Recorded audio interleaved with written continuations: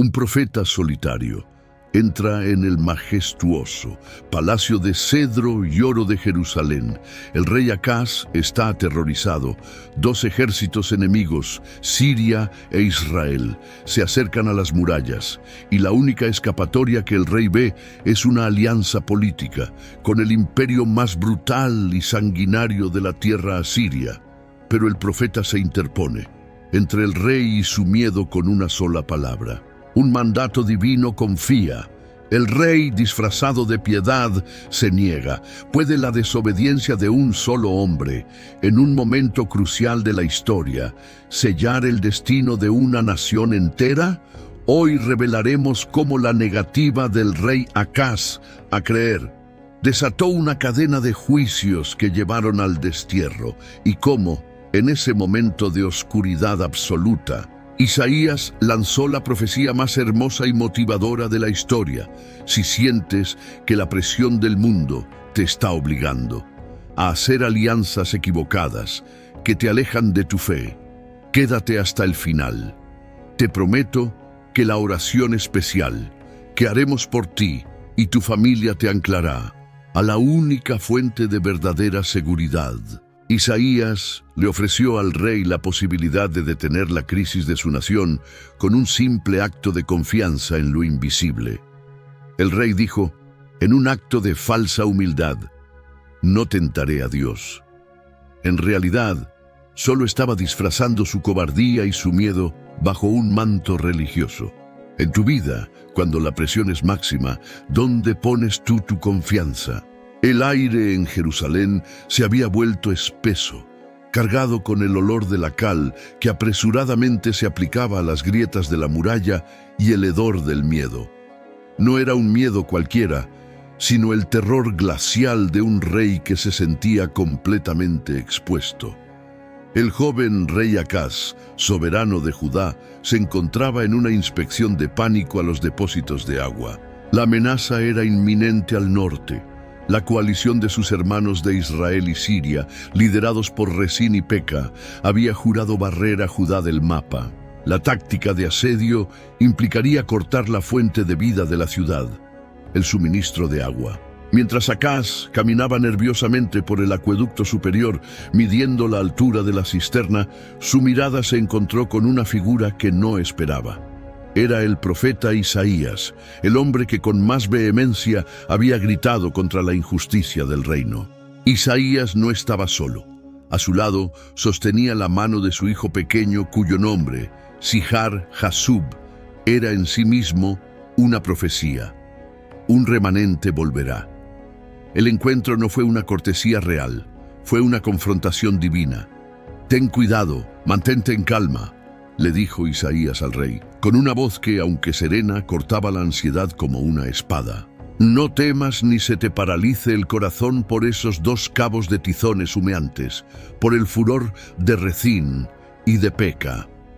El profeta no minimizaba la amenaza, sino que la catalogaba correctamente. Simples tizones humeantes. El problema, le recordó Isaías a Acaz, no estaba en la fuerza de Siria o de Israel, sino en la fragilidad de su propia alma. Acaz había estado tejiendo un plan de escape desesperado, buscar la protección de Tiglat-Pileser III, el emperador de Asiria.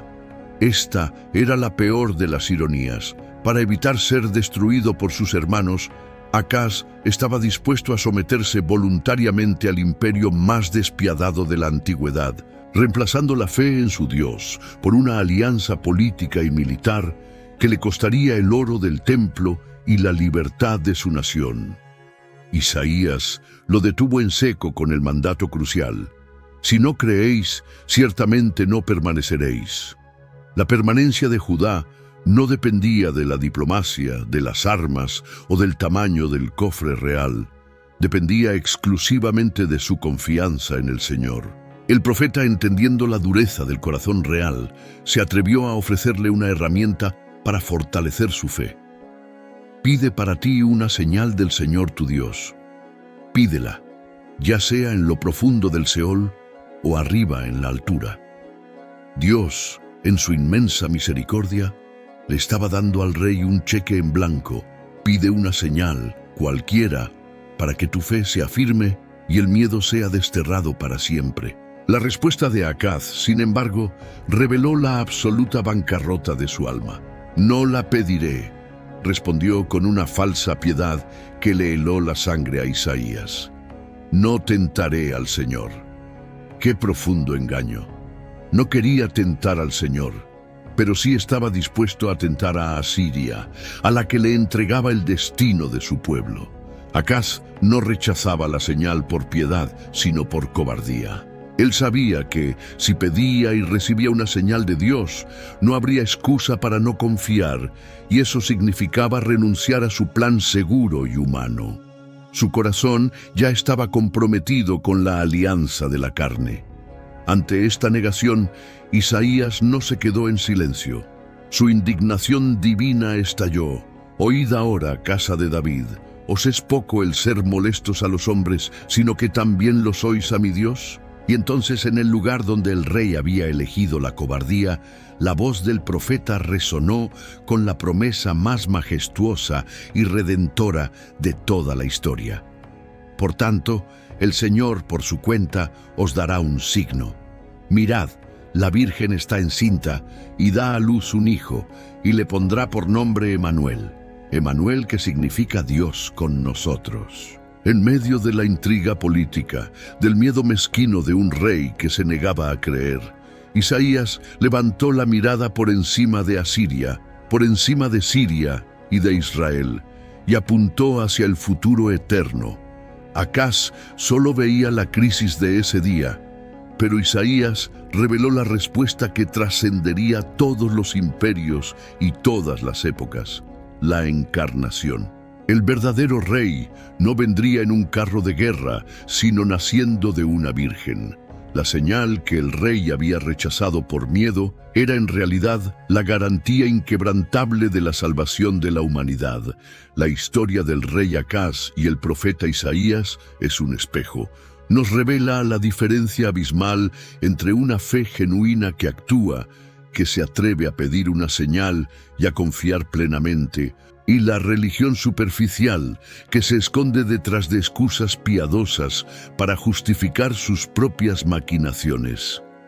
El tema central aquí es la confianza en Dios sobre cualquier alianza humana. Cada uno de nosotros, enfrentando nuestras propias crisis siro-efraimitas, debemos elegir: ¿confiaremos en el Señor y viviremos, o nos someteremos a la esclavitud de las alianzas de la carne? Mis amados, busquemos en la palabra el libro de Isaías 7:14, pues el Señor por su cuenta os dará un signo. Mirad, la Virgen está encinta y da a luz un hijo, y le pondrá por nombre Emanuel. La cobardía de Acaz selló una alianza terrible. Pero Isaías sabía que el verdadero juicio no venía de un ejército extranjero, sino de un corazón que se había olvidado de los más vulnerables en su propio pueblo. En la próxima parte veremos cómo la voz de la justicia se silencia y cómo la nación cosechará la terrible cosecha de la injusticia social. Cuando la voz de la justicia se silencia, ¿quién queda para defendernos? El rey Acaz había fallado en su deber de confiar en Dios, eligiendo la alianza humana. Pero Isaías sabía que el verdadero juicio no vendría de un ejército extranjero. Vendría de un corazón que se había olvidado de la justicia. Cuando la voz profética se aleja del palacio y mira a las calles, descubre que el alma de la nación se había podrido por dentro. Cuando la voz de la justicia se silencia, ¿quién queda para defender a los más vulnerables? La confrontación en el acueducto había terminado, pero para Isaías, la batalla espiritual solo estaba comenzando. Acaz había comprado una paz temporal, una ilusoria seguridad que en la visión del profeta era más peligrosa que cualquier asedio. El profeta se dio cuenta de que la cobardía del rey era solo un síntoma de una enfermedad más profunda, una pudrición moral que se había extendido por toda la sociedad. Isaías ahora dirigía su mirada y su voz a las plazas y a los tribunales de Jerusalén. El mensaje era cortante: La iniquidad del pueblo había llegado a un punto donde el mismo Dios declaraba, con dolor, que su amor se había agotado en paciencia. ¡Ay de la nación pecadora, pueblo cargado de iniquidad, generación de malhechores, hijos corrompidos! Gritaba Isaías. Isaías 1:4. El profeta no solo criticaba la idolatría en los altares paganos, sino algo mucho más insidioso: la hipocresía religiosa en el templo. El pueblo seguía ofreciendo sus sacrificios y celebrando sus fiestas, pero sus manos estaban manchadas de pecado. ¿Para qué me sirve la multitud de vuestros sacrificios? Dejad de hacer el mal, aprended a hacer el bien, buscad el juicio, restituid al agraviado, haced justicia al huérfano, amparad a la viuda. Isaías 1:11, 17. El juicio de Dios para Isaías era eminentemente social. El pueblo se había convertido en un grupo de terratenientes rapaces y jueces corruptos. El profeta lanza sus famosos ayes contra aquellos que estaban enriqueciéndose a costa del dolor ajeno. ¡Ay de los que dictan leyes injustas y prescriben tiranía para apartar del juicio a los pobres y para robar el derecho de los afligidos de mi pueblo, para despojar a las viudas y para saquear a los huérfanos! Isaías 10:1-2. En estas palabras se condensa el precio del silencio. La nación, en su opulencia, había guardado silencio mientras los débiles eran despojados. Los jueces, que debían ser la voz de la ley, se habían vendido al mejor postor. Se construían casas de lujo a costa de desalojos violentos y se acumulaban viñas sin dejar espacio para el prójimo. ¡Ay de los que juntan casa a casa y anexan campo a campo hasta que no queda lugar para nadie más! Isaías les advirtió que la misma opresión que Judá ejercía sería la vara con la que serían medidos. El Señor no era pasivo. Él se levantaría para despojar. Isaías 24:1. La tierra misma, el fundamento de su prosperidad injusta, sería destruida. El profeta comenzó a hablar de un destierro inminente, de una cautividad babilónica que, aunque en ese momento parecía imposible, Babilonia no era aún la potencia dominante. Era la consecuencia natural de sus actos. El juicio no era un castigo arbitrario, sino la terrible certeza de cosechar lo que se siembra. Imaginemos las escenas descritas por Isaías.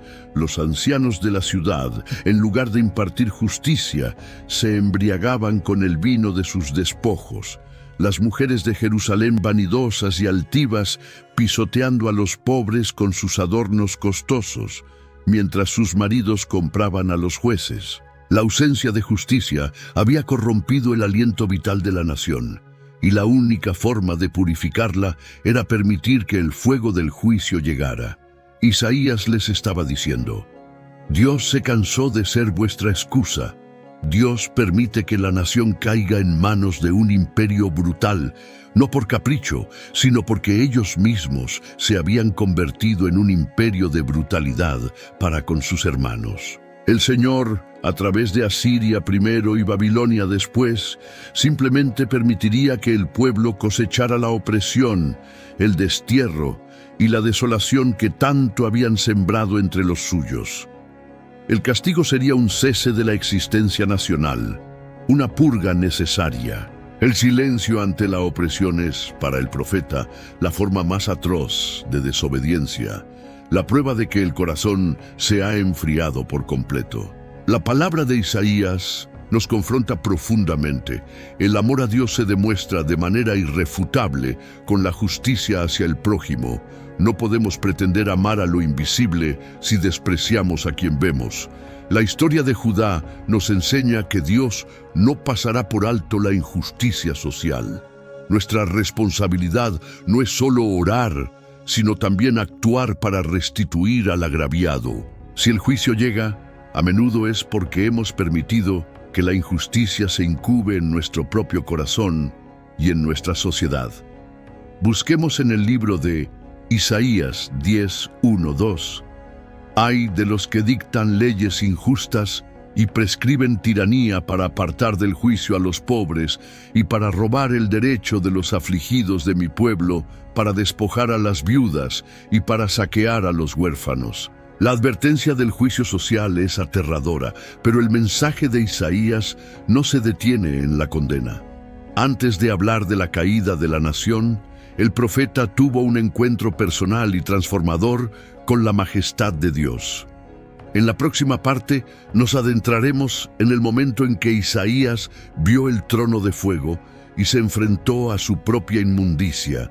Solo después de la purificación puede llegar la voz para hablar la verdad. ¿Qué sucede cuando el hombre más elocuente se da cuenta de que sus labios están sucios? Hemos visto la cobardía del rey y la corrosión moral de la nación. El juicio es ineludible. Pero antes de que Isaías pudiera levantar la voz para declarar la condena, tuvo que enfrentarse a su propia fragilidad. El profeta más elocuente de Israel, el portador de la verdad, tuvo una visión aterradora de la santidad perfecta de Dios. ¿Qué sucede cuando el hombre más elocuente se da cuenta de que sus propios labios están sucios? Este encuentro marcó su vida y le dio la autoridad para hablar de restauración, incluso en la víspera de la desolación.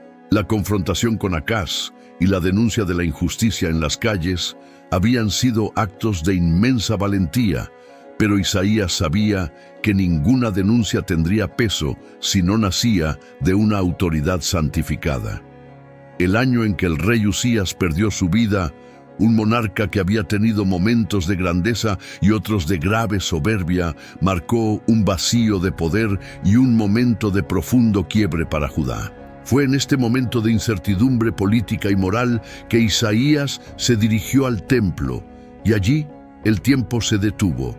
Lo que vio no fue una estatua o un objeto de culto, sino la realidad sublime y aterradora de la divinidad. Isaías no solo vio el templo, vio la visión del trono del Señor, alto y sublime, con los bordes de su manto cubriendo todo el recinto. En el aire flotaban criaturas de fuego y luz, los serafines, cuyo nombre significaba los ardientes. Cada uno tenía 6 alas, con 2 se cubrían el rostro, por la insoportable luz de la santidad, con 2 cubrían sus pies, como un signo de humildad, y con 2 volaban. Su voz no era un canto melifluo, sino un estruendo que sacudía los cimientos del templo, declarando sin cesar: Kadosh, Kadosh, Kadosh, Santo, Santo, Santo, es el Señor de los ejércitos, toda la tierra está llena de su gloria. La visión de la perfección absoluta de Dios fue para Isaías un juicio instantáneo sobre sí mismo. Al igual que el rey Acaz había evitado pedir una señal por miedo, Isaías ahora estaba paralizado por el temor reverencial de ver lo que era infinitamente puro. El contraste era fundamental. Acaz temía al hombre y a las alianzas. Isaías temía y por lo tanto honraba a Dios. En ese momento, el profeta no pensó en las leyes injustas ni en la codicia de los terratenientes. Pensó en sí mismo. Su boca, la herramienta que usaba para predicar y reprender, se sintió inmunda, manchada por la misma suciedad que contaminaba a su pueblo. «¡Ay de mí!», clamó. «Soy hombre de labios inmundos y habito en medio de un pueblo de labios inmundos, y han visto mis ojos al Rey, al Señor de los ejércitos». Esta es la verdad esencial de la vocación profética. Para hablar de la inmundicia ajena, uno debe primero reconocer la propia. La única forma de romper el silencio cobarde, como el de Acaz, o el silencio cómplice, como el del pueblo, era a través de la purificación radical. De pronto, uno de los serafines voló hacia él, no con una espada, sino con una brasa encendida que tomó con unas tenazas del altar. Era el fuego de la presencia de Dios, el mismo que consume y que purifica. El serafín tocó la boca de Isaías con la brasa. El dolor debe haber sido punzante, pero el efecto fue inmediato y absoluto. «Mira, esto ha tocado tus labios, y tu iniquidad ha sido quitada y perdonado tu pecado». Isaías fue transformado. El hombre de labios sucios fue hecho el portavoz del Todopoderoso. Su santificación no fue resultado de un esfuerzo personal, sino de un acto soberano de gracia y fuego. Una vez purificado, la voz que Isaías escuchó a continuación fue la voz de la oportunidad. El Señor, en un tono que implicaba una necesidad, preguntó: ¿A quién enviaré y quién irá por nosotros? No fue un mandato, sino una invitación. Dios no buscaba esclavos, sino voluntarios. El hombre que momentos antes clamaba por su inmundicia, ahora, liberado de la culpa y encendido con la verdad, respondió con una rendición total: heme aquí, envíame a mí. Este encuentro con la santidad fue el ancla de toda la profecía de Isaías. Le dio el valor para desafiar reyes como Acaz y para consolar un pueblo en el exilio, como veremos más adelante. Él sabía que el camino de la restauración comenzaba con la rendición personal a la majestad de Dios. La purificación de Isaías nos enseña que no hay servicio o mensaje verdadero sin un encuentro previo con la santidad de Dios. Él vio su propia necesidad antes de ver la necesidad de su pueblo. Estamos llamados a confesar nuestra propia inmundicia de labios, nuestras palabras ociosas, nuestro silencio cómplice y permitir que el carbón encendido de la presencia de Dios nos purifique. Solo después de la purificación podemos responder al llamado con genuina entrega: heme aquí, envíame a mí. Y oí la voz del Señor que decía: ¿a quién enviaré y quién irá por nosotros? Isaías ya tenía la autoridad. Labios purificados, un llamado claro, pero la obediencia del profeta no significó que el juicio se detendría. La alianza de Acaz con Asiria estaba destinada a pasar una factura terrible. En la próxima parte, veremos el día más oscuro de Jerusalén, cuando el imperio asirio se abalanzó sobre Judá y cómo el hijo de Acaz, el rey Ezequías, tuvo que hacer la elección que su padre se negó a hacer: confiar o perecer. ¿Qué pasa cuando la burla del enemigo no es hacia el hombre, sino directamente hacia Dios? La alianza que el rey Acaz hizo con Asiria para comprar una paz temporal se convirtió en una soga alrededor del cuello de su propio hijo, el rey Ezequías. El viento del juicio soplaba y el imperio asirio estaba a las puertas de Jerusalén, listo para cosechar su tributo de esclavitud. El general asirio se puso frente a las murallas y lanzó su mayor estocada. No insultó a Judá, sino a su Dios, preguntando con burla: ¿qué Dios será el que os libre de mi mano? ¿Qué pasa cuando la burla del enemigo no es hacia el hombre, sino directamente hacia el Creador? Los años pasaron desde la confrontación en el acueducto, y la cobardía del rey Acaz se había materializado en una sumisión onerosa. Acaz había abierto la puerta a la servidumbre, y ahora su hijo, el rey Ezequías, pagaba la terrible factura. Ezequías, a diferencia de su padre, era un hombre de fe y de reforma, que había limpiado el templo y destruido los altares paganos. Pero su herencia política era una pesada cadena. El imperio asirio, bajo el temible rey Sennacherib, vino a reclamar su control total. Después de arrasar decenas de ciudades fortificadas de Judá, sitiaron Jerusalén, dejando a la capital como un pájaro enjaulado.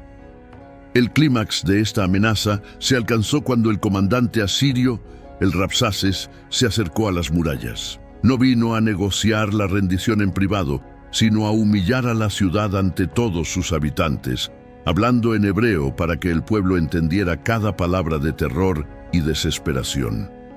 El Rabsaces era un maestro de la guerra psicológica. Su argumento era brutalmente lógico. ¿De qué les servía ahora confiar en su Dios? ¿Cómo podrás resistir el ataque de uno solo de los funcionarios más insignificantes de mi Señor si confías en obtener de Egipto carros de combate y jinetes? Y su golpe final, el más blasfemo de todos: ¿Acaso he venido a atacar y a destruir esta tierra sin el apoyo del Señor? Si fue Él mismo quien me ordenó, marcha contra este país y destrúyelo. El asirio, en su arrogancia, afirmaba ser el instrumento del Dios de Israel, un palo en la mano de Dios para castigar al pueblo, tal como Isaías lo había profetizado. El mensaje al pueblo era simple y devastador: ríndanse. Nadie los ha liberado antes, y su Dios no los liberará ahora. ¿Dónde está el Dios de Hamat y de Arfad? ¿Libraron a Samaria de mi mano? ¿Qué Dios hay entre los dioses de estas tierras que haya librado su tierra de mi mano, para que Jehová libre de mi mano a Jerusalén? El rey Ezequías tuvo la sabiduría de no responder con palabras, sino con un gesto de profunda humillación y rendición total, justo lo contrario a la reacción de su padre Acaz. Cuando Ezequías escuchó la blasfemia, rasgó sus vestiduras, se vistió de luto y se dirigió a la única fuente de poder verdadero, el templo. Lo más dramático fue su acto de fe. Tomó la carta de amenaza enviada por Senaquerib y, en lugar de enviarla a Egipto o a algún consejero político, la desdobló y la expuso ante el Señor en el lugar santísimo. Su oración no fue una petición de victoria militar, sino un llamado a Dios para que actuara por su propio honor. Oh Señor, Dios de Israel, que moras entre los querubines, solo tú eres Dios de todos los reinos de la tierra. Inclina, oh Señor, tu oído, y oye. Abre, oh Señor, tus ojos y mira, y oye las palabras de Senaquerib, que ha enviado a blasfemar al Dios viviente. La respuesta de Dios llegó a través de la voz purificada de Isaías. El profeta, que una vez había predicho el juicio ineludible, ahora proclamaba una liberación inaudita. La respuesta de Dios no iba dirigida a Ezequías, sino al arrogante rey Senaquerib. La virgen hija de Sión te menosprecia, te escarnece, detrás de ti mueve su cabeza la hija de Jerusalén. ¿A quién vituperaste y a quién blasfemaste? ¿Contra quién has alzado tu voz y levantado tus ojos en alto? Contra el Santo de Israel. Isaías pronunció la sentencia final con la autoridad que le daba su visión del trono. No entrará en esta ciudad, ni arrojará saeta en ella. Por el camino que vino volverá, porque yo ampararé a esta ciudad para salvarla, por amor de mí mismo y por amor de David, mi siervo. Esa misma noche, mientras el ejército asirio dormía en su arrogancia, ocurrió el milagro. No hizo falta un ejército humano. Salió el ángel del Señor e hirió a 185,000 hombres en el campamento. Al amanecer, cuando los pocos que quedaron se despertaron, allí estaban, una vasta extensión de cuerpos. El hilo de la vida de un ejército completo fue cortado por un solo acto de la voluntad divina. Senaquerib, humillado, tuvo que levantar el campamento y regresar a Nínive, donde más tarde sus propios hijos le darían descanso eterno a filo de espada. La historia de Ezequías y Senaquerib es el testimonio de que la verdadera confianza nunca es avergonzada. Donde el rey Acaz había elegido la alianza del miedo, Ezequías eligió la rendición total a Dios. La batalla no se ganó con estrategia militar, sino con oración humilde. Dios defendió a su pueblo no por su justicia, que era escasa, sino por amor de sí mismo, para proteger su propio honor. Nuestra victoria no está en nuestra fuerza, sino en el reconocimiento de su santidad. Ahora, mis amados, busquemos en la palabra el libro de Isaías 37:36. Y salió el ángel de Jehová y acabó a 185,000 en el campamento de los asirios. Y cuando se levantaron por la mañana, he aquí que todos eran cuerpos sin vida. La liberación de Asiria fue un milagro, un recordatorio de la majestad de Dios. Pero ese milagro era solo una sombra de la restauración eterna que Isaías profetizaría a continuación. El juicio y la liberación eran preparativos para la revelación de un misterioso siervo, cuyo dolor se convertiría en la sanación del mundo. ¿Quién es este siervo que, en lugar de recibir una corona, acepta ser herido por nuestra culpa? Lo descubriremos en la próxima parte. Después de la liberación milagrosa de Jerusalén, el juicio sobre Judá seguía su curso. Isaías, el profeta del juicio, se transforma en el profeta de la consolación, llevando a su pueblo que se dirigía al destierro más allá de la geografía del exilio. Él revela un plan de restauración más grande que cualquier regreso a una tierra. En esta oscuridad, el profeta revela a un misterioso siervo cuyo dolor se convertiría en nuestra sanación eterna. ¿Quién es este siervo que, en lugar de blandir una espada real, acepta ser llevado a su descanso por nuestra culpa? La liberación asiria, aunque gloriosa, no revocó el juicio moral contra la nación. La podredumbre social y la falta de fe del pasado, la alianza de Acaz y el arrepentimiento superficial de gran parte del pueblo llevaban a un destino ineludible, el exilio babilónico. Pero cuando la narración de Isaías llega a este punto de desolación, el tono cambia dramáticamente. El profeta, que había sido la voz atronadora de la ley, se convierte en la voz susurrante del consuelo. Consolad, consolad a mi pueblo, dice vuestro Dios. Isaías 40. El profeta levanta la mirada por encima de las ruinas inminentes de Jerusalén y ve una restauración que no se mide en años políticos, sino en la eternidad. La pena del destierro, aunque dolorosa, sería limitada. Era tiempo de preparar el camino para el regreso.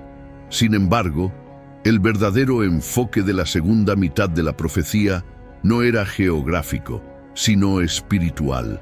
Isaías no solo habla de un retorno a Sión, sino de la venida de un nuevo pacto forjado por una figura enigmática y central, el siervo del Señor. Isaías describe a este siervo de una manera que desafía toda expectativa terrenal.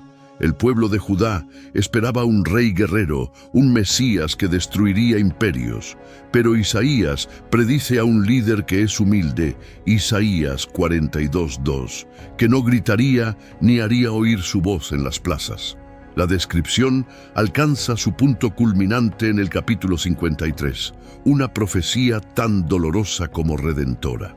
El siervo no es exaltado sino menospreciado. No triunfa en la batalla, sino que es golpeado por el juicio. Subirá cual renuevo delante de él, y como raíz de tierra seca. No hay parecer en él, ni hermosura. Le veremos, mas sin atractivo para que le deseemos. El profeta nos muestra que este siervo cargó sobre sí el fruto amargo de nuestra injusticia y nuestro silencio cómplice. Él no sufre por sus propios errores, sino por los de la humanidad. El lenguaje es claro, aunque usemos expresiones alternativas para su sacrificio final. Ciertamente llevó él nuestras enfermedades y sufrió nuestros dolores, y nosotros le tuvimos por azotado, por herido de Dios y abatido. La causa de su sufrimiento no es la ira caprichosa de Dios, sino nuestra rebelión. Este siervo fue llevado a su descanso. Su vida se agotó. Como un cordero llevado al matadero, no abrió su boca en protesta, un profundo contraste con la blasfemia de Sennacherib o la justificación de Acaz. Su silencio es el silencio de la obediencia perfecta. Mas él fue herido por nuestras rebeliones, molido por nuestros pecados. El castigo de nuestra paz fue sobre él, y por sus llagas fuimos nosotros sanados. La sanidad que Isaías ofrece no es la curación de una herida física o la liberación de un asedio, sino la sanidad del alma. La culpa, la herencia de las alianzas equivocadas y de la injusticia social, los temas de las partes 1 y 2, es trasladada a esta figura sacrificial. La justicia de Dios, que exigía una rendición de cuentas, es plenamente satisfecha por el sacrificio y el amor vicario del siervo. Esta es la promesa final de la justicia de Dios, una redención que no se logra por la fuerza de los ejércitos, sino por el supremo acto de sacrificio. El siervo entrega su espíritu, Pero a través de este quebranto, la voluntad del Señor prospera y se ofrece el perdón universal. La meditación sobre el siervo sufriente nos obliga a mirar el verdadero costo de nuestro pecado. Si Isaías nos advirtió sobre el juicio, es para que reconozcamos la necesidad de esta ofrenda. La única manera de escapar del juicio de la injusticia y de la cobardía es acogerse a la obra de aquel que llevó nuestro castigo. La verdadera restauración no es económica ni política, sino espiritual y eterna, anclada en el inmenso amor sacrificial de este siervo. Mas él fue herido por nuestras rebeliones, molido por nuestros pecados. El castigo de nuestra paz fue sobre él, y por sus llagas fuimos nosotros sanados. Isaías 53:5. La profecía del siervo es la cumbre de la esperanza, pero nos queda la pregunta crucial: ¿aceptaremos esta sanidad gratuita o seguiremos confiando en las alianzas de la carne, como el rey Acaz? En nuestra última parte, Isaías lanza una invitación universal para que todos beban de las aguas de la salvación, culminando con la conexión final de Emmanuel y la llamada al arrepentimiento y la vida práctica. ¿Cómo responderemos a la invitación del profeta del juicio? Hemos recorrido el camino desde la cobardía del rey Acaz, que eligió las alianzas de la carne, hasta el milagro de Ezequías y la sublime revelación del siervo sufriente. Ahora Isaías nos confronta con la pregunta definitiva: ¿cómo responderemos a esta gracia? El profeta del juicio cierra su mensaje con una invitación universal para que todos beban del agua de la vida sin precio.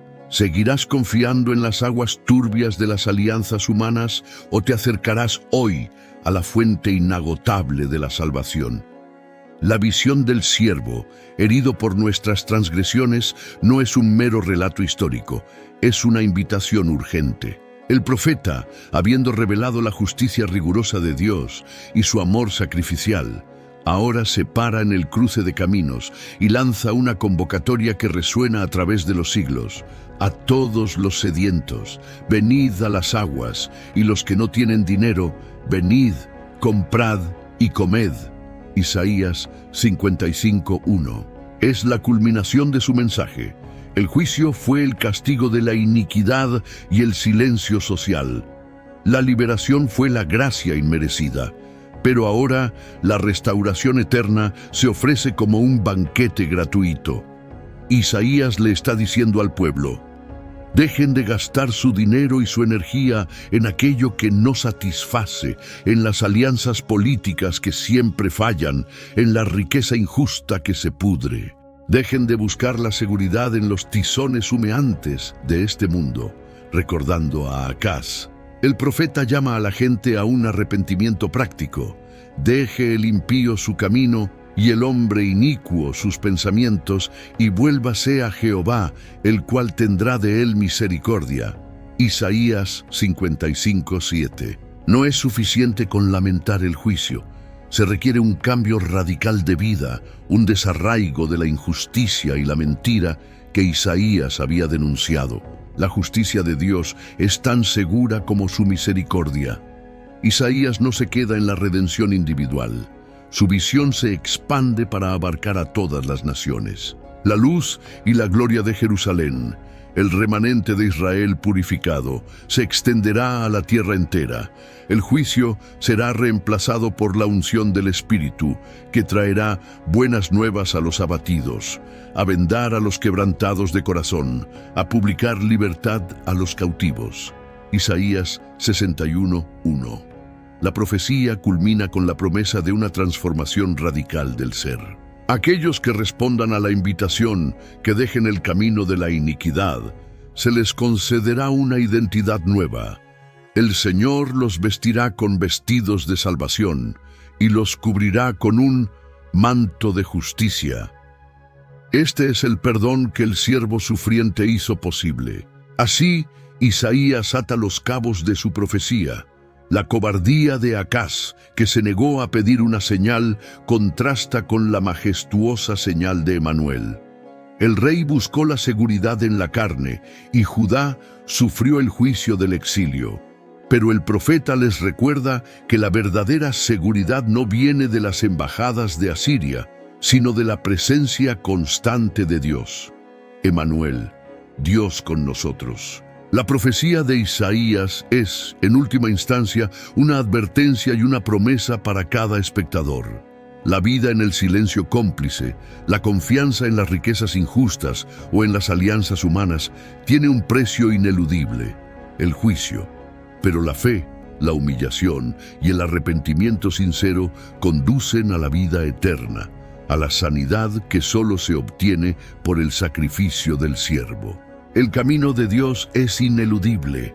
La justicia exige una rendición de cuentas, pero su amor, revelado en el siervo, siempre prepara un camino de regreso. La historia de Isaías, el profeta del juicio, nos enseña que la fe no es una opción, sino el único camino. La señal de Emmanuel, Dios con nosotros, es la respuesta a todo miedo y a toda alianza equivocada. El Señor no es un imperio para temer, sino un Padre que incluso en el momento de la desolación susurra: no temas, porque yo estoy contigo. No desmayes, porque yo soy tu Dios que te esfuerzo. Mis amados, si esta gran historia de poder te ha inspirado a buscar esa sanidad y restauración en tu vida como lo hizo conmigo, coméntanos con la palabra Emmanuel. Queremos saber que esta palabra ha llegado a tu corazón. Y si quieres apoyarnos en esta gran comunidad para poder seguir compartiendo la palabra del Señor, dale me gusta a este video y compártelo con alguien que necesite un mensaje de esperanza y de justicia. Y no olvides en suscribirte para no perderte ningún video. Y para que cada día podamos ser más seguidores de Cristo. Y como te lo prometí, vamos a levantar nuestra voz en oración para que llegue a el altar. Santo Señor, en este momento nos quitamos toda alianza de miedo, toda falsa confianza humana, tal como Isaías confrontó al rey Acaz. Entregamos toda carga y toda aflicción que nos ha causado dolor. Le pedimos que la profecía de Emmanuel, Dios con nosotros, sea una realidad palpable en el hogar de cada espectador y su familia. Que donde haya enfermedad, llegue tu sanidad. Donde haya desolación, tu restauración total. Que tu siervo, herido por nosotros, nos cubra con su amor y nos dé la paz que sobrepasa todo entendimiento. Que el silencio de nuestra culpa sea roto por el clamor de la fe. En el nombre de Jesús. Amén. Recuerda que si quieres una oración personal de este varón del Señor dirigida a tu vida y a tu familia, escribe tu nombre, ciudad y el tipo de oración que quieres que hagamos por ti en el poderoso nombre de nuestro Señor Jesucristo. Amén y amén.